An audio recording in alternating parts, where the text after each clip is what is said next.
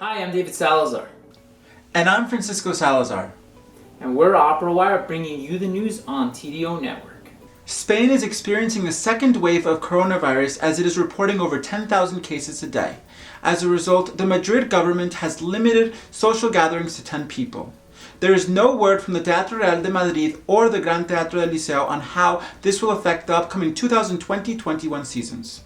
Ópera 21 de España has announced that it will hold its awards ceremony in a virtual event scheduled for October 25th, 2020. The winners of the second edition include Sonja Ivanovsky for Best Singer, Leonor Bonilla for Best Young Singer, Nicola Lisotti for Best Conductor, and Christoph Loy for Best Director. In the Best New Production category, the Teatro de la Zarzuela won for its production of La Casa de Bernarda Alba, while the Gran Teatro de Lima was awarded for the production of Verdi's Alcira as Best New Latin American Production.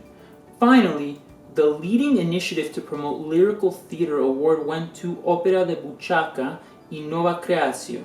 The event was originally set to take place back in March at the Gran Teatro del Liceo, but had to be rescheduled due to the spread of COVID-19. On October 4th, the Barbican Center will reopen in London after months of closure due to COVID-19. The concert hall will implement social distancing and reduced audiences and will live stream each performance. Among the performers will be Antonio Papano, Bryn Tervel, and the BBC Symphony Orchestra. Michigan Opera Theater has announced that Yuval Sharon will be the company's first ever Gary L. Wasserman Artistic Director. A MacArthur Fellow, Sharon is the first American to be invited to direct a Bayreuth and the first director to stage a full production at the Wiener Musikverein. To commemorate Sharon's appointment and the company's 50th anniversary, Michigan Opera Theater will also be presenting Twilight Gods, a reimagining of Wagner's Götterdämmerung that will take place across different levels of the Detroit Opera House's parking garage. The production will star Christine Goerke in her signature role as Brunhilde. Bass Ildar Abratsokov has tested positive for COVID-19. As a result, the Bolshoi Theater was forced to cancel the final performance of Don Carlo, and Abratsakov has cancelled his upcoming commitment at the Wiener Staatsoper. We wish him a speedy recovery.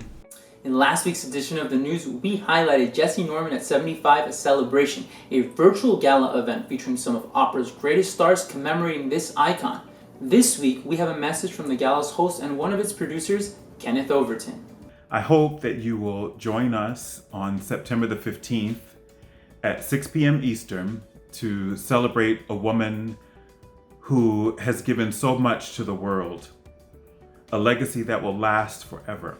I was a 15-year-old student at the Philadelphia High School for Creative and Performing Arts when I was first exposed to the greatness that is Jesse Norman. She saw to it that our high school choir received tickets to her recital. And on that night, my life was changed. I saw what excellence looked like. I saw what excellence sounded like.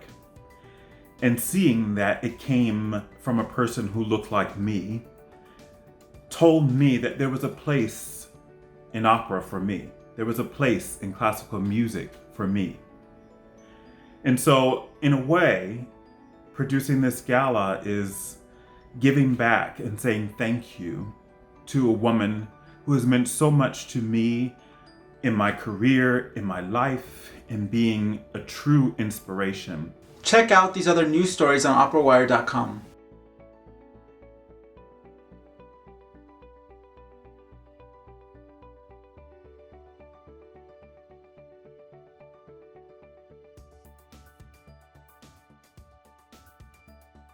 That's a wrap on this week's episode. Thank you for joining us. We'll see you next time.